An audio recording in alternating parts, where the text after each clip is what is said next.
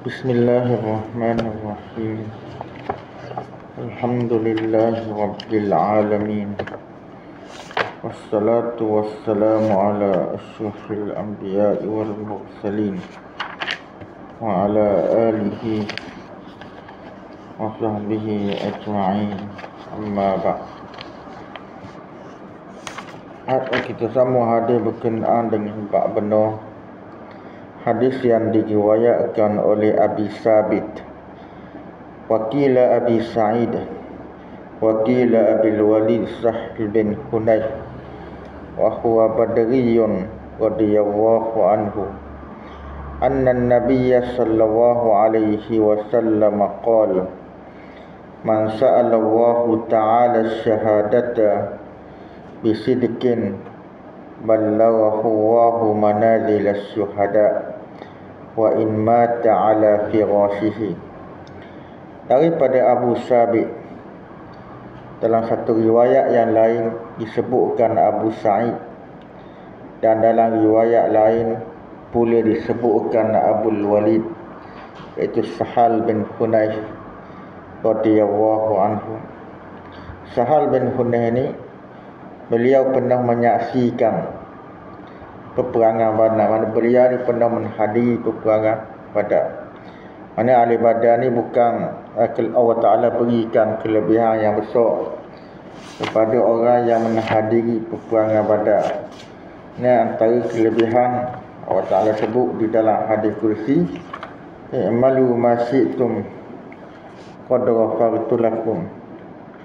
Buatlah apa yang mu nak buat, sesungguhnya aku ampunkan dosa kamu. Dosa ahli Badar diampunkan oleh Allah Subhanahu wa ta'ala. Semua dosa yang dilakukan oleh Allah Ta'ala ampun. Pernah berlaku dalam satu peristiwa, Hatib bin Abi Balta'ah. Hatib bin Abi Balta'ah ni ahli Badar. Masa Nabi nak pergi Mekah, Nabi nak pergi Mekah,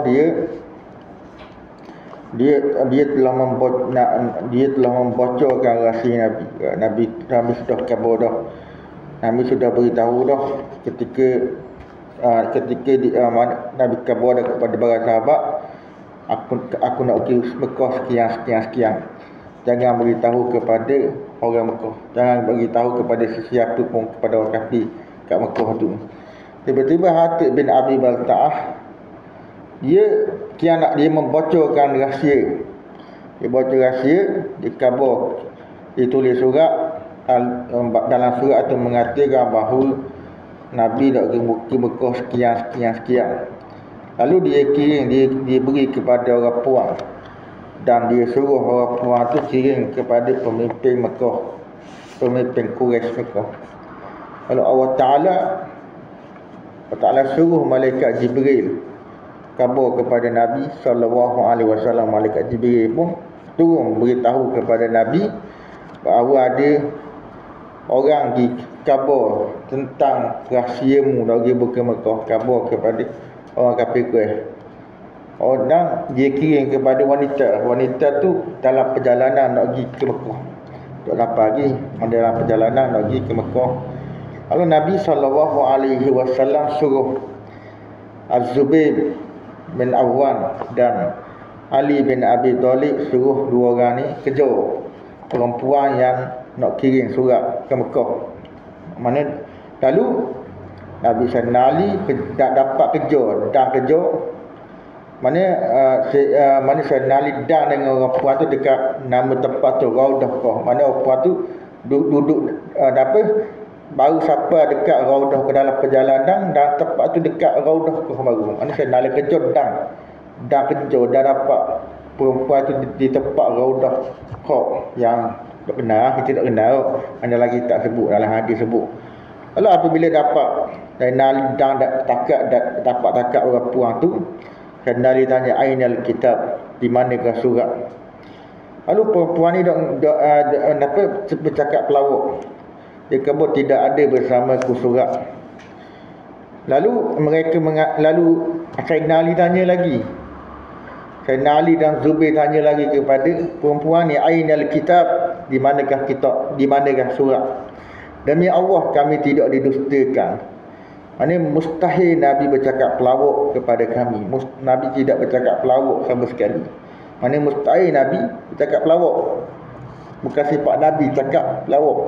Lalu Sayyidina Ali tanya lagi, ainal kitab, di manakah surat? Sama ada mau keluarkan surat ataupun kami telanjangkan. Nak pilih nak keluar surat ke, nak suruh aku telanjangkan kamu. Lalu orang puan ni tengok, orang puan ni melihat kesungguhan Sayyidina Ali siapa nak loroh, nak telanjangkan dia kalau tak bagi surat. Lalu orang puan ni pun waktu baiklah ambil surat, dia susuk surat, dia sembunyikan surat dalam sanggu. Dalam sanggu rambut dia, itu baik, waktu baik surat dalam sanggu rambut, lalu dia beri kepada Sayyidina Ali karramallahu wajhah. Sayyidina Ali, amanahnya Sayyidina Ali tidak buka surat tu. Dia tidak buka surat tu, dia terus bawa surat tu, bawa pergi kepada Nabi sallallahu alaihi wasallam. Lalu tiba-tiba Nabi buka, dia dapati dalam surat tu surat daripada Hatib bin Abi Balta'ah. Mana Hatib bin Abi Balta'ah cabar memberitahu bahawa surat ni bahawa Nabi nak pergi ke Mekah sekian. Lalu Nabi panggil Hatib bin Abi Balta'ah. Dia panggil Hatib bin Abi Balta'ah, lalu Nabi tanya, "Ma hadza ya Hatib?" Apa ni wahai Hatib? Sebab apa mu tulis surat kepada orang kafir Quraisy membocorkan rahsia aku nak pergi ke Mekah? Lalu Hatib memberi alasan. Mungkin Hatib bin Abi Balta'ah terdesak sehingga dia terpaksa beritahu kepada orang kafir Quraisy Nabi nak pergi ke Mekah. Kemudian Sayyidina Umar memberi, selepas Hatib beri alasan, Sayyidina Umar kabar kepada Nabi, "Da'ni ya Rasulullah, biar aku lock aku wahai Rasulullah. Biar aku pukul, aku nak pukul tengkok orang munafik ni, nak pacun tengkok orang munafik ni." Lalu Sayyidina Umar, lalu Nabi SAW kata, "Jangan wahai Sayyidina Umar. Kesungguhnya Hatib bin Abi Balta'ah ni dia menghadiri perang Badar, menyertai perang Badar. Dan Allah Ta'ala sudah kata dah di dalam hadis Qudsi. Allah Ta'ala kata, "Imalu ma syi'tum qad ghafartu lakum." Buatlah apa yang mu nak buat, sesungguhnya aku ampunkan dosa kamu. Maka Hatib bin Abi Balta'ah dibebaskan disebabkan dia ahli Badar. Kalau dia tidak ahli Badar, percaya dihukum bunuh sebab membocorkan rahsia negara, membocorkan rahsia kepada orang kafir Quraisy. Mana dihukum bunuh. Oleh kerana Allah Ta'ala beri jaminan kepada ahli Badar, Allah Ta'ala ampunkan segala dosa ahli Badar. Buatlah apa dosa-dosa pun, percaya aku ampunkan dosamu. Maka Hatib bin Abi Balta'ah dilepaskan oleh Nabi sallallahu alaihi wasallam. Allah Ta'ala beri jaminan dah kepada ahli Badar. Tak kena betapa lebihnya ahli Badar radhiyallahu anhu. Mana kita sambung hadis. Sahal bin Hunayf ni dia di kalangan orang yang sahabat yang menyertai peperangan Badar. Dan dia dikata bahawa Nabi sallallahu alaihi wasallam bersabda, "Sesiapa yang memohon, yang meminta kepada Allah Subhanahu wa taala supaya mati syahid, dan permohonannya itu dengan cara yang sebenar-benarnya." Dia minta sungguh dengan Allah Ta'ala nak mati syahid, bukan minta sekadar di bibir mulut sahaja kata nak mati syahid, tapi dalam hati tak benar permintaan dia dengan Allah Ta'ala. Sekadar di bibir mulut saja berdoa kepada Allah Ta'ala nak mati syahid. Jadi gitu. Maka bila dia berdoa kepada Allah sebenar-benarnya, dalam hati dia memang ingin nak mati syahid, Nabi sebut, maka Allah Ta'ala akan menyampaikan orang itu ke tingkatan orang-orang yang mati syahid, sekalipun dia mati di atas tempat tidurnya. Walaupun mana bila dia berniat nak mati syahid sungguh-sungguh, berdoa kepada Allah Ta'ala mati syahid, Allah Ta'ala beri dia ni pahala seperti pahala orang yang mati syahid. Sampai ke Allah Ta'ala akan menyampaikan orang tu ke tingkatan orang-orang yang mati syahid, walaupun orang tu mati di atas hamparan sekalipun. Seperti banyak para sahabat, dia berniat, dia ingin sangat nak mati syahid. Antaranya Khalid bin Al-Walid radhiyallahu ta'ala anhum. Khalid bin Al-Walid sangat ingin nak mati syahid. Dia menghadiri banyak peperangan. Walaupun pada awalnya dia menentang Nabi, dalam peperangan Uhud dia tentang Nabi, tapi selepas tu dia masuk Islam. Selepas dia masuk Islam, dia berjuang bersama dengan Nabi SAW. Selepas zaman Abu Bakar, dia berjuang menentang orang murtad. Selepas zaman Sayyidina Umar, dia berjuang menentang tentera Parsi, tentera Rom, berjuang menentang orang kafir, ingin nak mati syahid. Tetapi Allah Ta'ala tidak mengizinkan dia mati syahid. Diceritakan dalam hadis belakang, Khalid bin Al-Walid penuh dengan parut, terkena tikamang orang kafir, terkena pedang orang kafir. Walaupun begitu, Allah Ta'ala tak izin Khalid bin Al-Walid mati syahid. Dia mati di atas hamparan tidur saja. Mana dia, walaupun begitu, Allah Ta'ala, sebab dia berniat sungguh-sungguh mati syahid, para sahabat nak mati syahid ataupun orang lain dia berniat bersungguh-sungguh mati syahid, Allah Ta'ala akan menyampaikan ketingkatan pahala sama dengan pahala orang-orang yang mati syahid. Ini disebut oleh Nabi sallallahu alaihi wasallam. Hadis ini diriwayatkan oleh Imam Muslim. Mati syahid ini ada dua, mati syahid akhirat. Syahid dunia dan akhirat ialah mati syahid yang paling lebih sekali lah. Mati syahid yang mati syahid di dalam peperangan menegakkan agama Allah Subhanahu wa taala. Bila seseorang itu mati syahid di medan perang, maka seseorang itu tidak dimandikan dan dikafan dengan baju dia, baju yang dia pakai, baju yang belum orang darah. Kalau ada padang, mana kapal dah dengan kain dia, tapi dak habis, ada lagi dak tutup aurat dia, maka barulah ditambah dengan kain lain. Itu yang dibuat oleh Nabi SAW. Nabi khabar nak di dalam suatu hadis, mana Nabi khabar Nabi SAW tidak mandikan mereka dan solat pun tak solat orang yang mati syahid dalam medan peperangan. Sebab mana Allah Ta'ala beri kelebihan yang besar. Tapi mati syahid di akhirat, mati syahid akhirat ni dimandikan dan dikafankan seperti Sayyidina Umar. Sayyidina Umar bin Khattab bukan mati syahid di medan perang.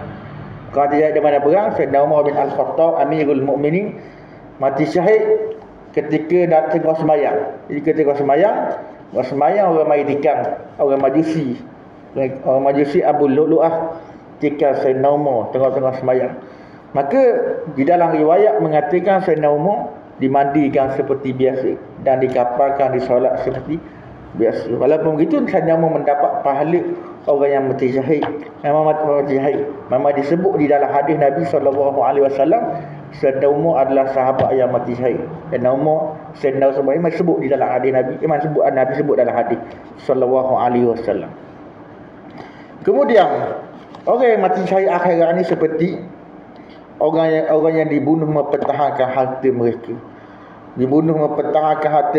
Orang yang sakit taun, bila ditimpa penyakit taun, dia bersabar.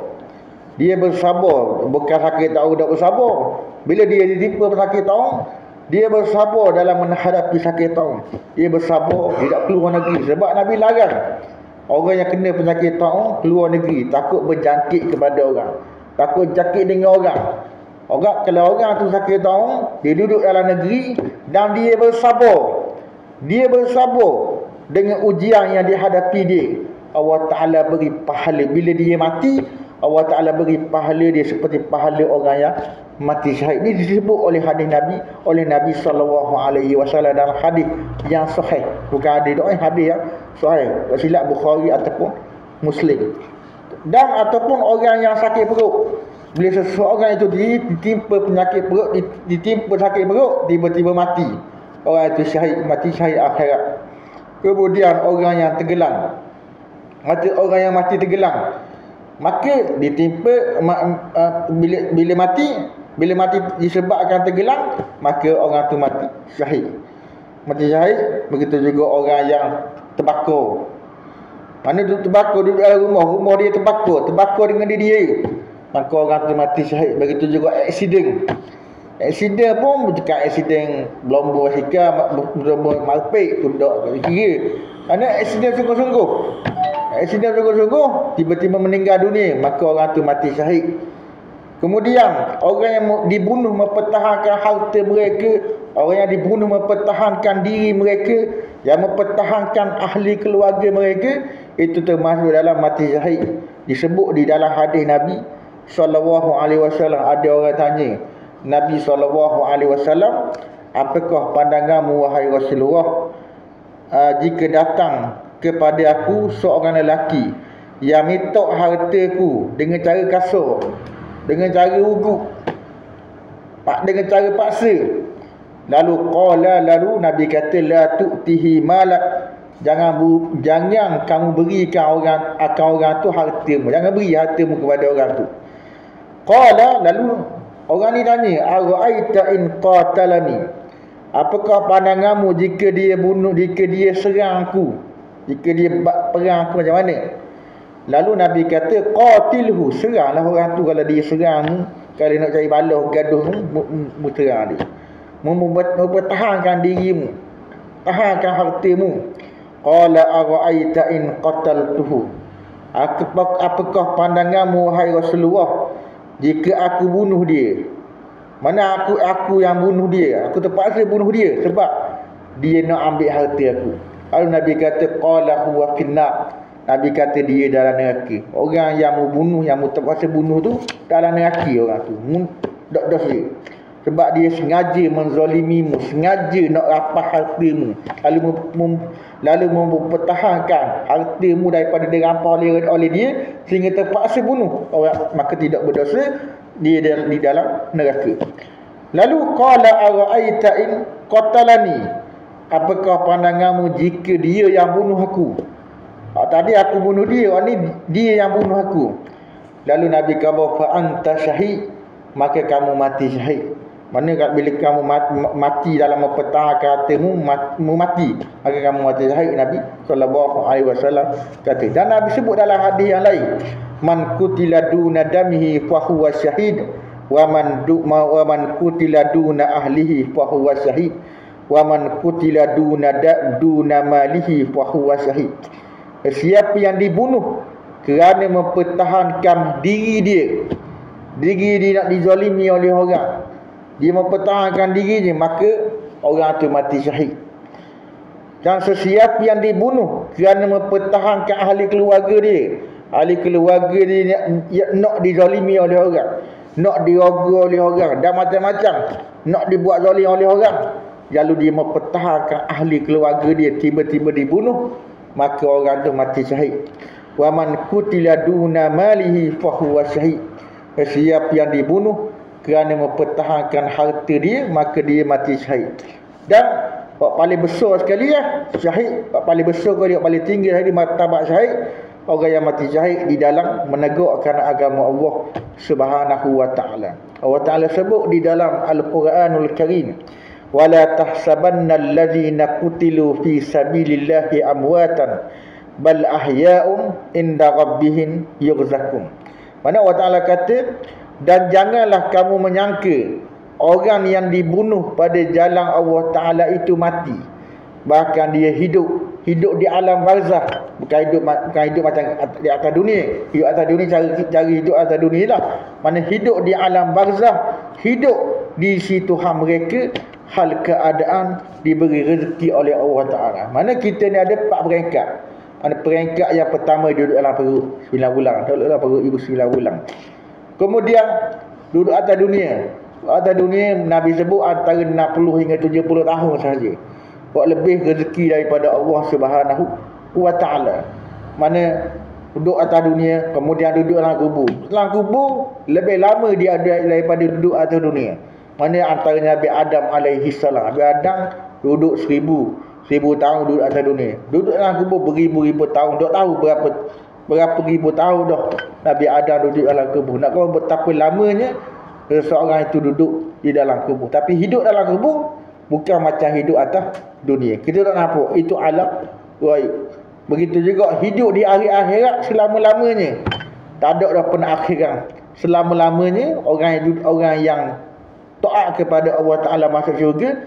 Orang yang ada haka kepada Allah Ta'ala yang kafir kekal dalam neraka. selama-lamanya. Dia haka semata-mata dok kekal. Mana dalam dia ada iman Islam, ada kedua kalimah syahadat, maka dia azab sementara waktu dalam neraka, lepas tu baru dimasukkan dalam syurga. Orang kafir memang tak ada harapan dah lah. Memang tak ada harapan, kekal dalam neraka selama-lamanya. Mana orang yang mati syahid ni, Nabi Allah Ta'ala sebut yastabshiruna bi ni'matin min Allah.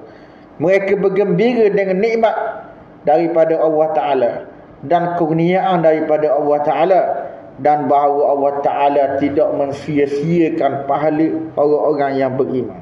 Dan Nabi sebut di dalam hadis, mana orang yang mati syahid, mereka bukan berjuang untuk diri mereka, bukan berjuang untuk habuang harta mereka, tapi berjuang untuk menegakkan kalimah Allah Ta'ala, sebab telah diberi kelebihan yang sangat besar, pahala yang sangat besar di sisi Allah Subhanahu wa Ta'ala. Orang tanya Nabi sallallahu alaihi wasallam, orang tanya Nabi tentang seorang lelaki yang berperang kerana berani, yang berperang kerana kesemangat perkauman, kerana kesekuan, kerana semangat bangsa. Wa yuqatilu liyura makanah, dan orang yang berperang kerana ingin dilihat orang. Manakah tiga-tiga itu yang berjuang pada jalan Allah Subhanahu wa Ta'ala? Dan Nabi sebut dalam hadis, Nabi kabar kepada orang yang tanya Nabi ni, man qatala litakuna kalimatullah, siapa yang berperang supaya jadilah kalimah Allah Ta'ala itu tinggi, supaya orang yang berperang supaya agama Allah Ta'ala itu menjadi tinggi di atas agama-agama yang lain, maka orang itulah yang berjuang pada jalan Allah Ta'ala. Mana orang yang berjuang kerana nak tunjuk berani, orang yang berjuang kerana nak suruh orang, kerana semangat bangsa, kerana semangat kesekuan. Mana bangsa dia semangat bangsa, walaupun bangsa dia buat zalim ke orang, dia berjuang menolong bangsa dia buat zalim ke orang. Maka orang yang berjuang macam ni, walaupun dia mati tidak termasuk dalam mati syahid pada jalan Allah Subhanahu wa Ta'ala. Lainlah penjajah. Mana orang yang, kerana kalau orang tu berjuang bila berjuang untuk tanah air yang bukan Islam, negeri dia bukan Islam, dia berjuang mempertahankan negeri dia. Negeri kafir, orang mari jajah negeri dia, dan dia mempertahankan negeri kafir, maka dia tidak termasuk dalam mati syahid dalam pada agama Allah. Sebab apa? Berjuang mempertahankan negeri semata-mata, bukan memperjuangkan kerana tanah air itu tanah air umat Islam. Kerana tanah air itu tanah air umat Islam, maka sekadar mempertahankan negeri saja tidak termasuk dalam orang yang berjuang pada jalan Allah Ta'ala. Jika sekiranya macam Palestin negara umat Islam, orang Yahudi mari jajah, orang Yahudi mari takluk, mari jajah, maka wajib ke atas rakyat Palestin berjuang menentang orang Yahudi, berjihad menentang orang Yahudi. Dan bila mati syahid, dia mati syahid pada jalan Allah Ta'ala. Sebab bukan dia berjuang mempertahankan diri dia berjuang mempertahankan tanah air umat Islam. Kerana negeri itu negeri umat Islam, dia berjuang habis-habisan menentang orang Yahudi yang nak takluk, yang nak jajah negeri umat Islam. Maka orang Palestin bila mati dia mati syahid pada jalan Allah Subhanahu wa Ta'ala. Bukan sekadar mempertahankan negeri yang tanah negeri umat Islam, bukan sekadar mempertahankan negeri semata-mata.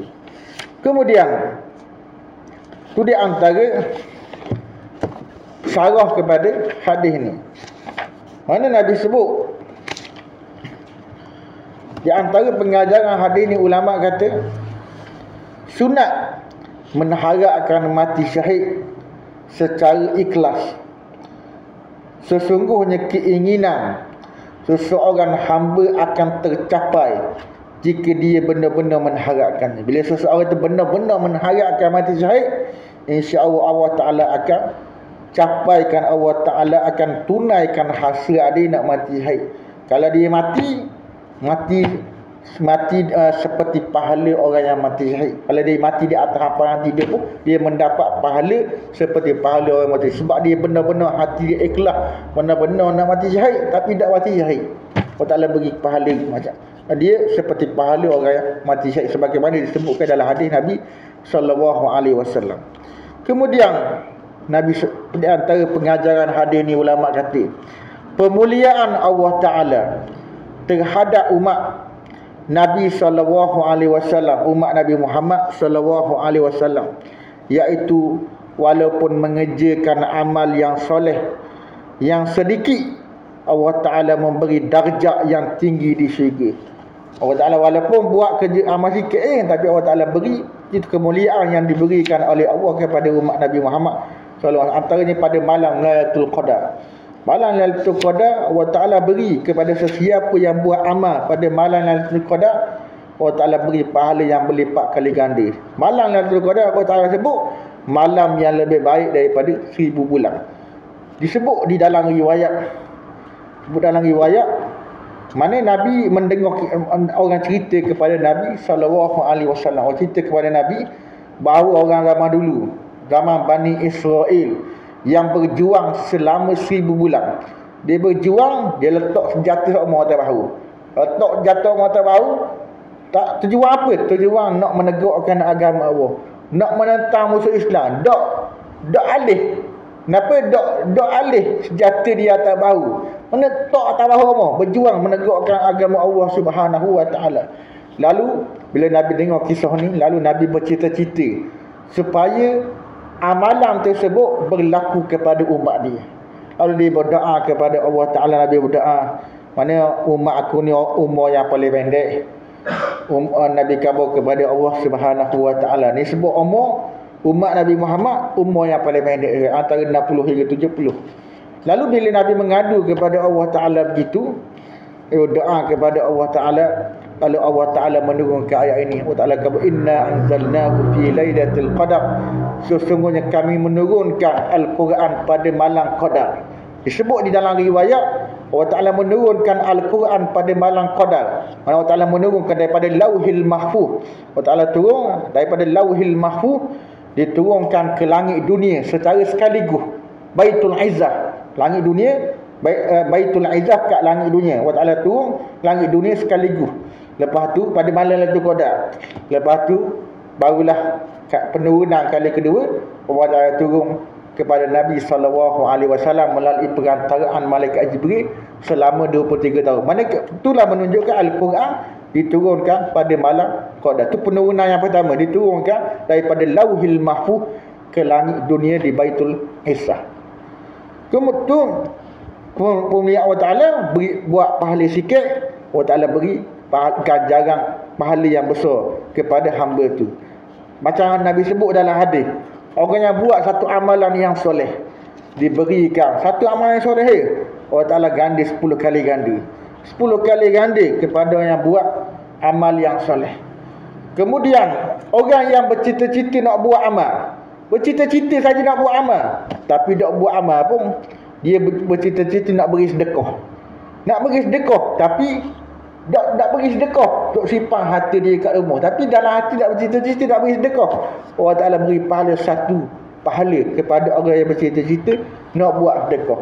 Bila dia buat, barulah Allah Ta'ala beri 10 kali ganda. Itu kemuliaan Allah Ta'ala, pemuliaan Allah Ta'ala kepada umat Nabi Muhammad SAW. Kemudian hadis yang seterusnya, hadis yang diriwayatkan oleh dalam bab benar, hadis yang diriwayatkan oleh Abi Hurairah radhiyallahu ta'ala anhu, qala Rasulullah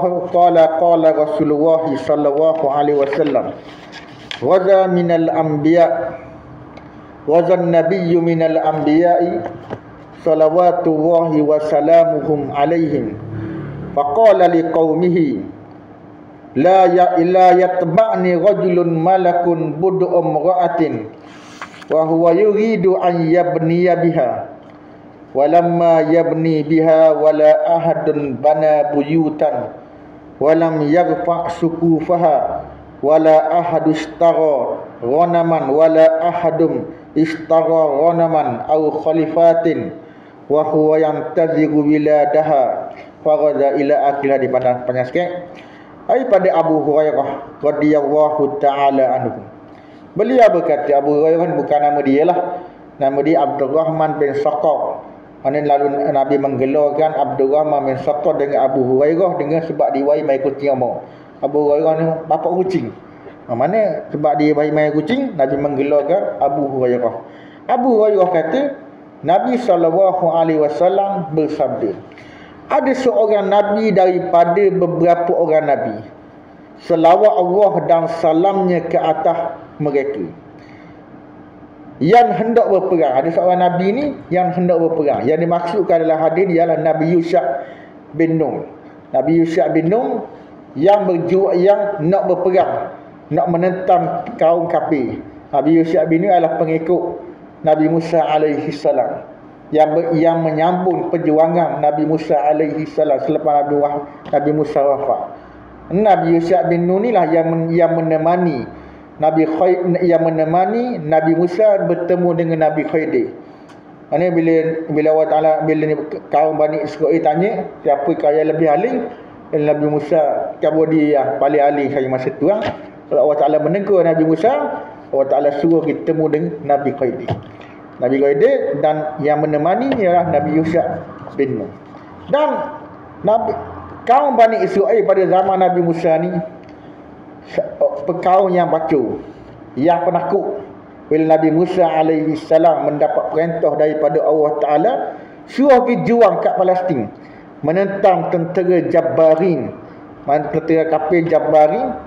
Lalu orang Bani Israel ini yang duduk leka dalam kesenangan, Allah Ta'ala beri kesenangan, Allah Ta'ala beri nikmat yang banyak kepada Bani Israel. Tiba-tiba selepas mendapat kenikmatan, Allah Ta'ala suruh pergi jihad. Itu jadi malahan, mana duduk dalam kenikmatan banyak sangat. Bila Nabi Musa suruh pergi jihad, kaum Bani Israel mengatakan, izhab anta wa rabbuka faqatila inna hahuna qa'idun. Pergilah mu bersama dengan Tuhanmu, aku nak duduk sini, kami nak duduk sini, kami nak pergi berjuang menentang kaum Jabbari. Oleh kerana sifat dia angkuh cakap kita kepada Nabi Musa alaihi salam, perkataan yang biadab dengan terhadap Nabi mereka, kalau Allah Ta'ala menyesatkan mereka, sesat duduk di padang pasir. Mana sesat duduk nak tahu, nak tubik jalan keluar, nak tahu, nak temu, jadi sesat kat padang pasir, tak tahu jalan keluar, tak mesti ikut dulu kat padang pasir. Allah Ta'ala sesatkan selama 40 tahun.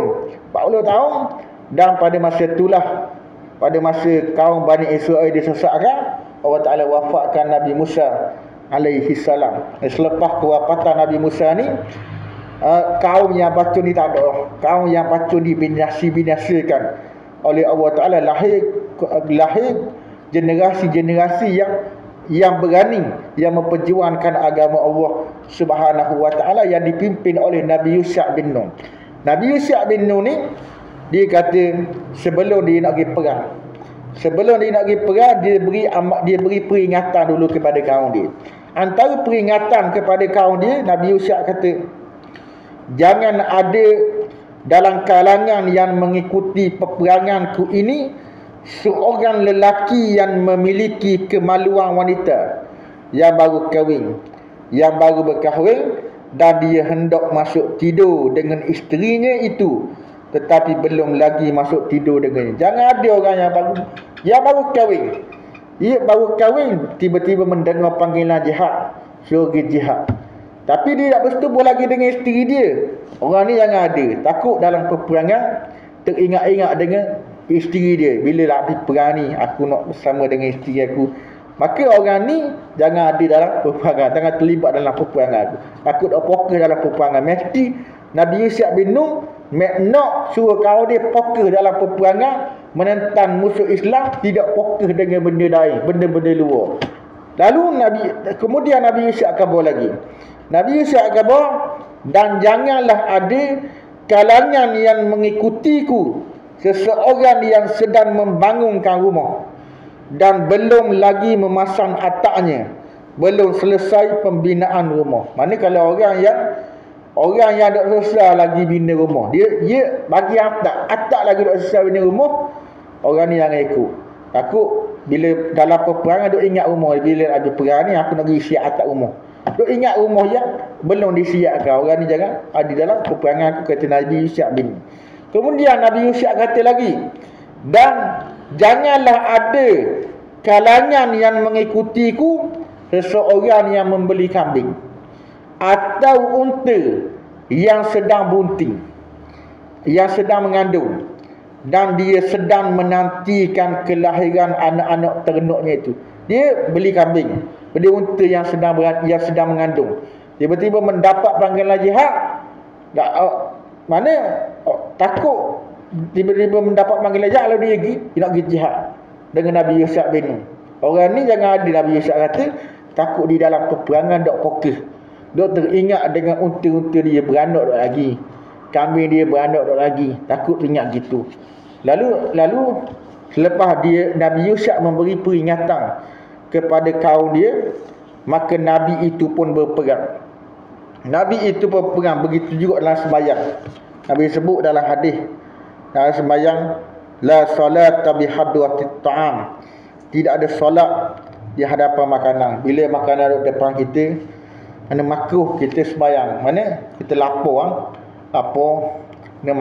semoleknya makan, kecuali waktu garik waktu yang sempit kena membayar dulu lepas tu makan. Ni waktu lama lagi kita tengok makanan ada depan, dan kita dalam keadaan lapar ataupun dalam keadaan lapar, tapi kita nak membayar dulu, nak makan kediang, maka makruh. Nabi kata kena pergi makan dulu, selepas makan baru sembahyang, supaya kita tidak teringat-ingat dengan makanan dalam sembahyang, kecuali masa yang sempit. Oleh kena sembahyang dulu.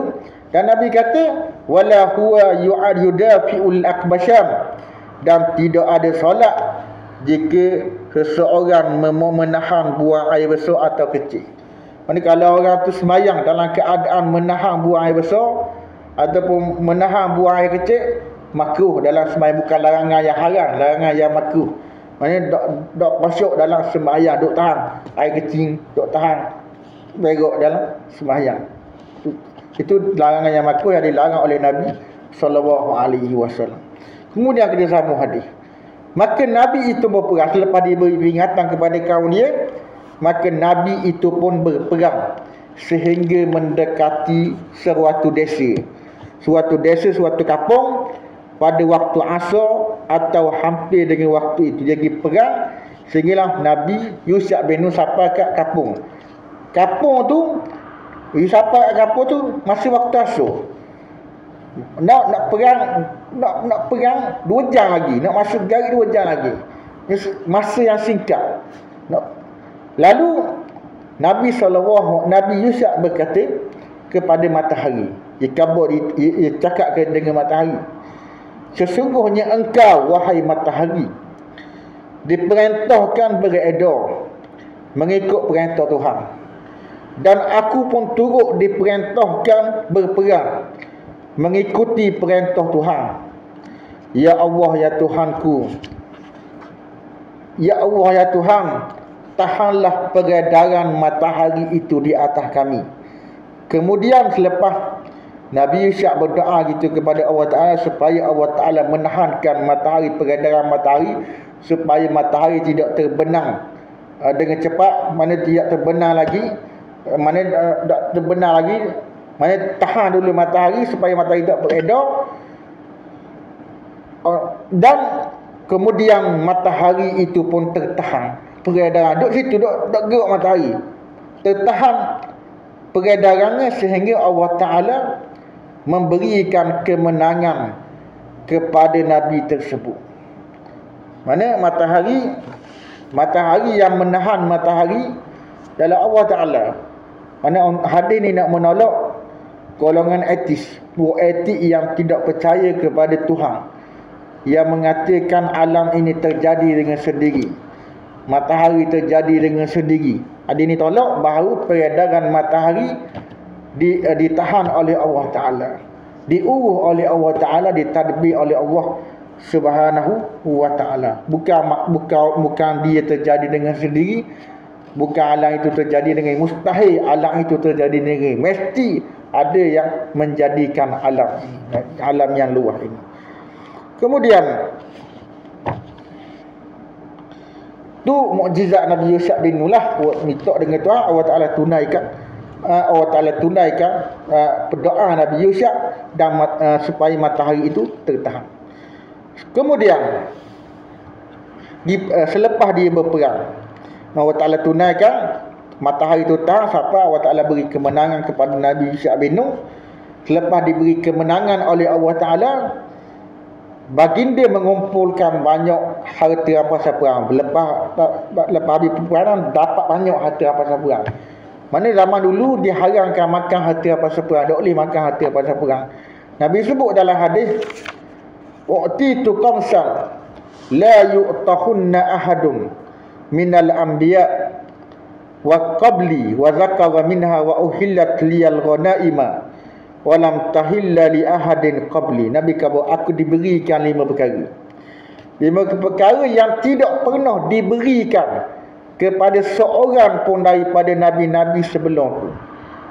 Dan antaranya ialah Nabi sebut, dihalalkan bagiku harta rampasan perang, dan tidak dihalalkan bagi seseorang pun sebelum daripadaku.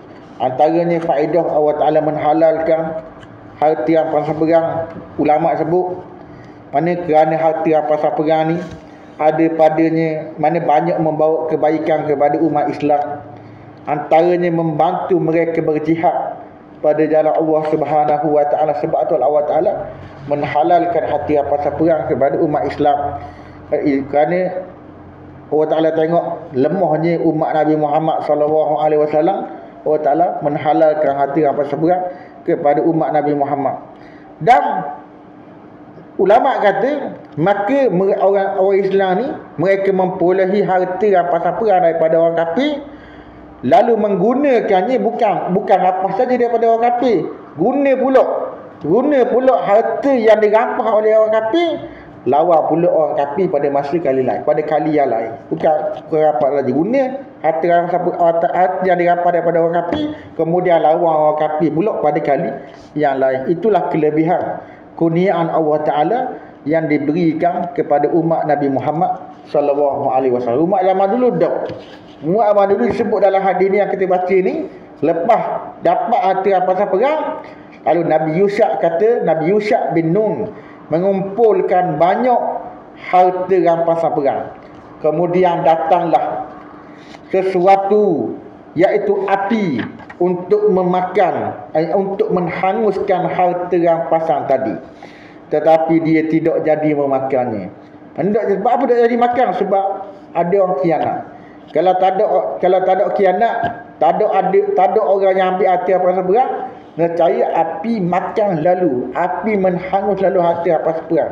Ini membuktikan bahawa ada orang yang khianat di kalangan kaum Nabi Yusha bin Nun, di antara pengikut Nabi Yusha bin Nun. Bila Nabi Yusha tengok api tak makan harta rampasan perang, lalu Nabi itu berkata, sesungguhnya dalam kalangan kamu ni ada yang menyembunyikan harta rampasan perang. Mana bila api tak makan, tahu lalu dah ada orang yang menyembunyikan harta rampasan perang. Kalau tak sembunyi, mesti api makan lalu harta rampasan perang tu. Oleh sebab itu, Nabi Yusha kata, hendaklah berbai'ah kepadaku dengan cara berjabat tangan. Tiap satu kabilah kena berbai'ah dengan cara berjabat tangan. Mana satu kabilah ni kena latih ketua.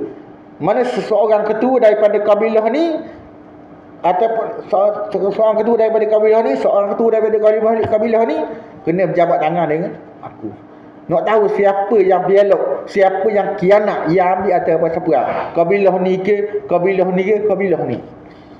Kemudian lalu ada seorang lelaki bila berjabat tangan, bila ketua dia berjabat tangan dengan Nabi Yusha bin Nun, lalu ada seorang lelaki yang melekat tangannya berjabat tangan dengan tangan Nabi tersebut. Ini ramai-ramai mana antara ketua kabilah ni salah dengan Nabi Yusha bin Nun. Yang kedua antara salah jabat tangan dengan mereka. Tiba-tiba antara ramai-ramai tu, antara puluh-puluh orang, belah-belah orang ketua tu, ada seorang yang melekat dengan tangan Nabi Yusha' bin Nun apabila berjabat tangan. Nabi itu lalu berkata, bila ada seorang tu lekat tangan dia dengan Nabi Yusha' bin Nun, Nabi itu lalu berkata, nah, dalam kalangan kamu, dalam kalangan kabilahmu, ada yang menyembunyikan harta yang bersabaran.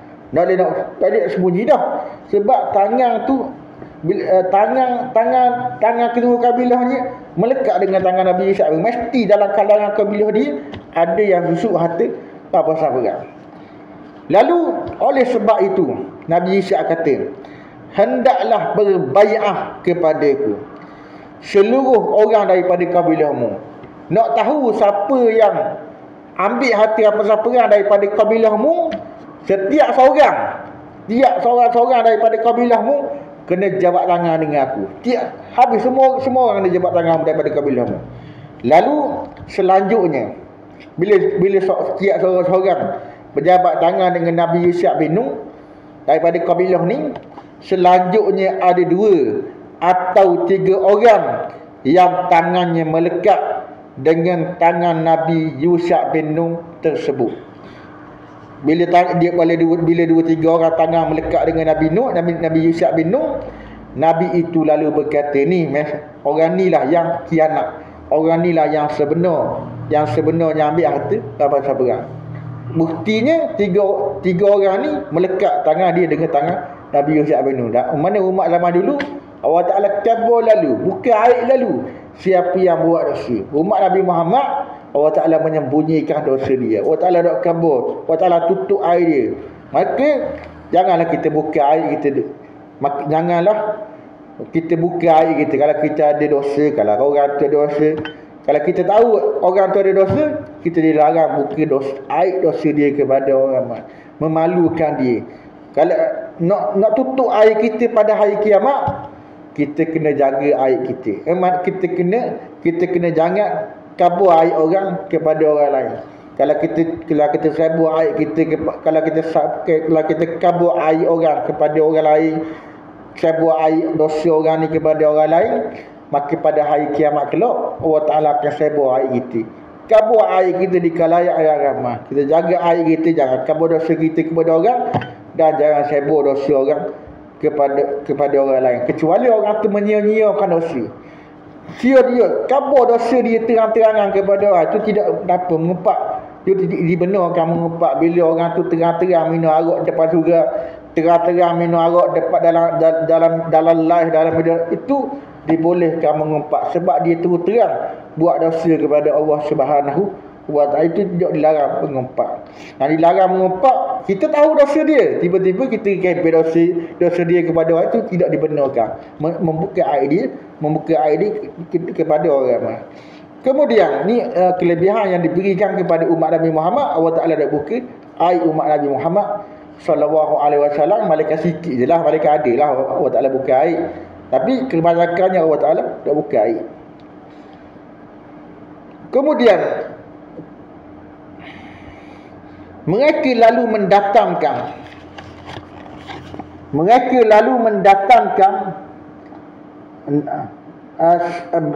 sebuah kepala. Bila tahu dah 3 orang ni susuk harta apa berat, Nabi Yusha' minta apa yang disembunyikan oleh mereka bertiga ni. Lalu mereka mendatangkan sebuah kepala seperti kepala lembu yang diperbuat daripada emas. Dan inilah benda yang disembunyikan. Inilah benda yang disembunyikan oleh 3 orang ni.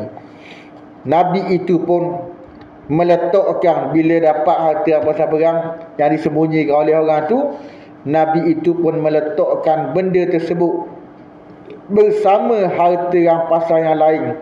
Kemudian datanglah api dan terus memakan semua harta apa-apa. Bila tak ada khianat, bila kupu dah belakang harta apa-apa, baru api makan harta apa-apa tu, hangus harta apa-apa tu. Kemudian Nabi sambung hadis, Nabi khabar, sesungguhnya sememangnya tidak halal harta rampasan itu untuk sesiapa pun daripada kalangan umat sebelum kita. Allah sikit pun. Kemudian Allah Ta'ala menghalalkan. Ini umat syariat Nabi Muhammad, Allah Ta'ala halalkan makan harta rampasan. Umat zaman dulu diharamkan. Mana tu perbezaan syariat lah. Mana semua apa yang dibawa oleh Nabi-Nabi dan Rasul-Rasul asal mesej kalimah la ilaha illallah sama. Nabi Muhammad bawa supaya menyembah Tuhan yang Maha Esa. Nabi dulu bawa, Nabi Adam sehingga Nabi Isa bawa suruh menyembah Tuhan yang Maha Esa. Jangan sembah Tuhan yang lain daripada Allah Ta'ala. Tapi syariatnya berbeza. Syariatnya berbeza. Antara yang pertama tu makan harta rampasan perang. Harta rampasan perang diharamkan zaman dulu. Zaman syariat Nabi Muhammad dihalalkan makan harta rampasan perang. Tu berbeza syariat saja, hukum saja. Hukum zaman dulu gini, hukum zaman Nabi Muhammad halal, hukum zaman Nabi dulu haram. Maka kemudian Allah Ta'ala menghalalkan harta rampasan perang untuk kita, menghalalkannya untuk kita harta-harta rampasan tersebut. Dikala Allah Ta'ala mengetahui betapa lemah kita, betapa dhaif dan lemahnya kita semua. Oleh sebab itu Allah Ta'ala pun menghalalkan untuk kita. Hadis ini diriwayatkan oleh Al-Imam Al-Bukhari rahimahullahu ta'ala dan Imam Muslim di dalam sahih. Di hadis ini sahih sebab diriwayatkan oleh Bukhari dan Muslim. Pada sahih kali selepas Al-Quran. Kerana insya-Allah kita bertidur setakat ni. Minta maaf banyak-banyaklah kalau ada salah dan silap. Wa akhiru da'wana alhamdulillahi rabbil alamin.